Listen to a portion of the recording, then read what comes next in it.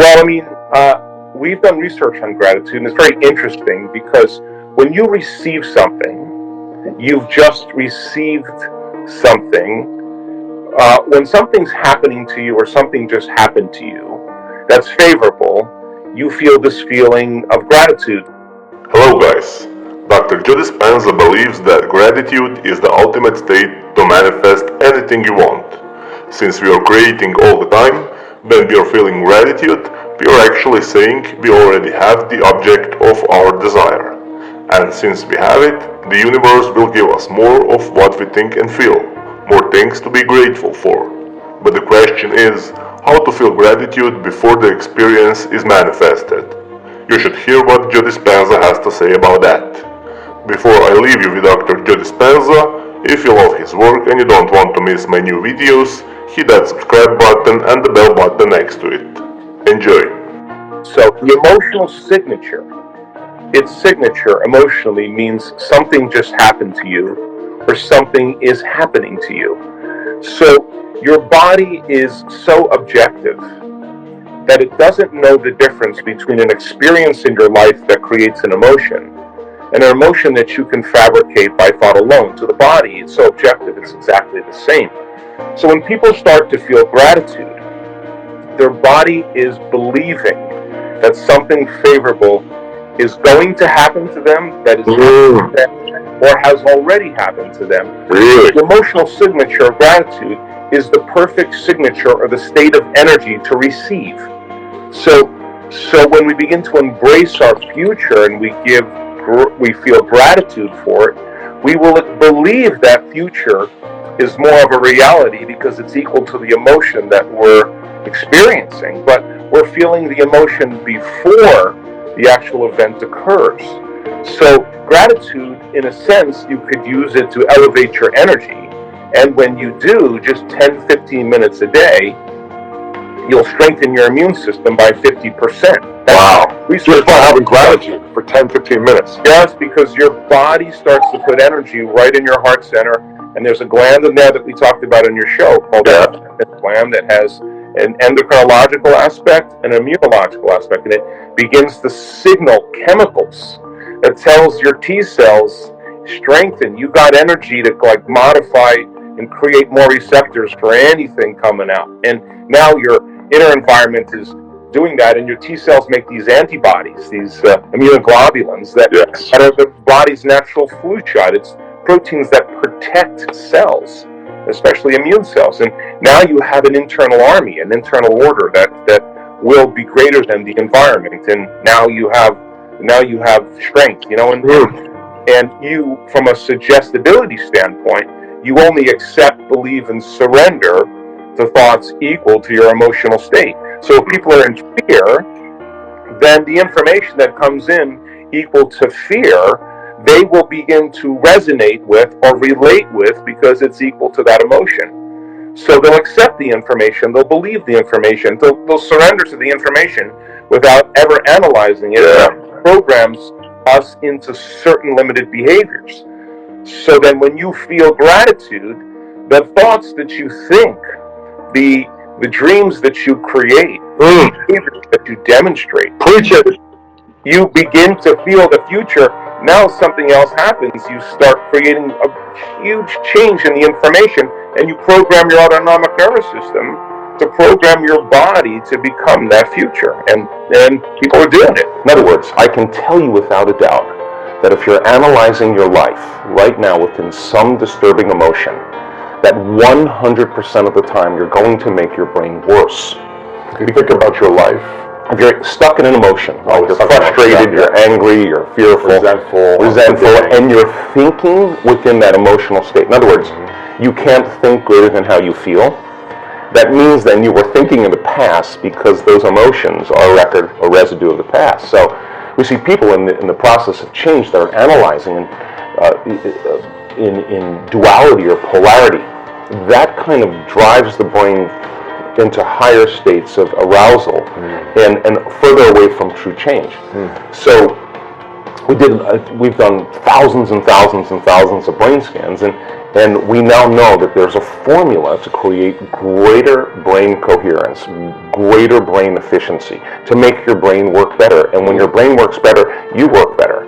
At the same time, it requires a clear intention and an elevated emotion to begin to change your energy and to change your life. And nobody changes until they change their energy, right? So then, how do you get a person out of resentment and frustration into joy and freedom?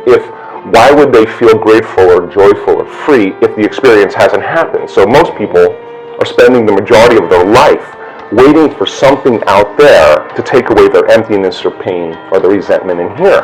Well, if they're waiting their whole life in separation or lack, then and we create reality, then the lack is driving certain thoughts, which is creating more separation and more lack. So teaching people then to begin to condition their body emotionally before the evidence takes place in their life is breaking a significant habit, right?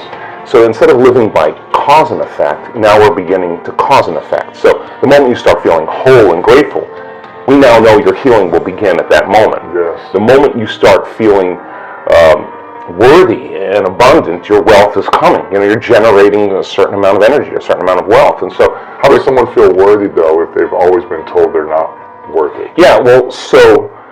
Well, that's the story they tell themselves. Yeah. Like, I'm not worth it because she didn't say yes when I asked her on a date. Right. Because he broke up with me, because I got fired, because my parents left me. How am I worth it when there's so much evidence or story around a negative thing? Let's stop telling the story of your past and let's start telling the story of your future. And people who aren't defined by a vision of the future, for the most part, are left with memories of the past. Your brain is a record of the past. It's an artifact of everything you've learned and experienced to this moment. So most people wake up in the morning and they start thinking about their problems. And those problems are memories that are tattooed in the brain that are associated to certain people and things at certain times and places. So the moment the person wakes up clean slate, they start thinking about their problems they're thinking in the past. If you believe your thoughts have something to do with your destiny, well, there's a possibility that your past is going to be your future. Every one of those problems has an emotion associated with it. So then the moment you start recalling the problem, you start feeling unhappy. Now your body's in the past, because thoughts are the language of the brain and feelings are the language of the body, and how you think and how you feel creates a state of being. So people reaffirm their identity based on the past, right? And it turns out that the redundancy of doing that, conditioning only requires an image and an emotion. But most people are unconsciously conditioning their body into the familiar past, into the known. So now if you're in the familiar past and in the known, you're going to crave the predictable future, right? That's the known as well. And there's only one place where the unknown exists, and that's the eternal present moment. That's the sweet spot of the generous present moment. So you gotta labor to get that person beyond the emotions that keep them tacked or anchored to the past. And yes, it takes an effort to do that, but if you keep working with the formula, you'll reach that elegant moment where there's a liberation of energy. And now your body, as the unconscious mind, the objective mind, is not believing it's living in the same past experience 24 hours a day, because you're liberating the body from that emotional state. So you ask the person, why are you so unhappy? Why are you so frustrated? Why are you so resentful? The moment you ask that, their brain is going to associate that emotion to a past event. To a memory. To a memory. Yeah. But that's because they have nothing to look forward to in their future. So if you're not being defined by a vision of the future, it just means to me that you're more in love with your past than you are with the future. So how do you teach people to believe in a future that they can't see or experience with their senses yet, but they've thought about enough times in their mind that their brain is literally changed to look like the event has already occurred? The latest research in neuroscience says that's absolutely possible. We know that. And how do you teach a person to select a new possibility in their future and begin to emotionally embrace that future before it's made manifest to such a degree that their body, as their unconscious mind, is believing it's living in that future reality in the present moment, and they're signaling new genes in new ways ahead of the environment. Now, till their body begins to change to look like the event has already occurred. We've proven that that's possible. Now think about this. So the more you think about your desired future, the joy, the gratitude, the the feelings you want to have that are more positive, the more you think about it as a future thing happening, the more your body shifts now. Exactly. So your body is believing it's living in that future reality in the present moment. Now think about this.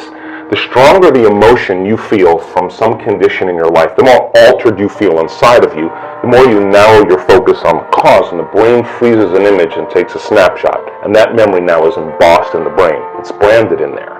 So then people think neurologically within the circuits of those past experiences, and they feel chemically within the boundaries of those emotions. And the stronger the betrayal, the stronger the trauma, the more the body's living in the past, right? So how do you reverse that? So now, if you truly got passionate about a future, we've all done this. You get a wild idea in your mind, and you start holding on to that vision, and you're preoccupied with it. All of a sudden, the thought in your mind becomes the experience, and you start feeling the energy of the future. Now, the stronger the emotion you feel from that vision, the more you're going to pay attention to the picture in your mind, and now you're remembering your future. And vice versa, the stronger you pay attention to the feeling of the past pain, you're going to create the pain in this moment. Exactly. So it requires a coherent brain, and we now know that there's a formula for that, and we've got beautiful research to show that people can do it. They just have to practice. And it requires a coherent heart, because resentment, frustration, impatience creates a very incoherent heart. And when that heart becomes incoherent, you stop trusting yourself. There's no energy there. You stop trusting in your future. So then, if there's physical evidence in your brain and body, physical evidence to look like the event has already occurred, it's quite possible you'll be thinking neurologically within the circuits of your future, and you'll begin to feel chemically within the boundaries of that emotion of your future. And how you think and how you feel is your state of being. And now your state of being is living in the future instead of the past. Now, the moment you disconnect from the emotion of your future because of traffic or some coworker or your ex or whatever people come up with, now you're back to the energy of your past. Now you're going to start looking for it, analyzing, why hasn't it happened? Well, if you're feeling the emotion of your future, why would you look for it? Because you would feel like it already happened.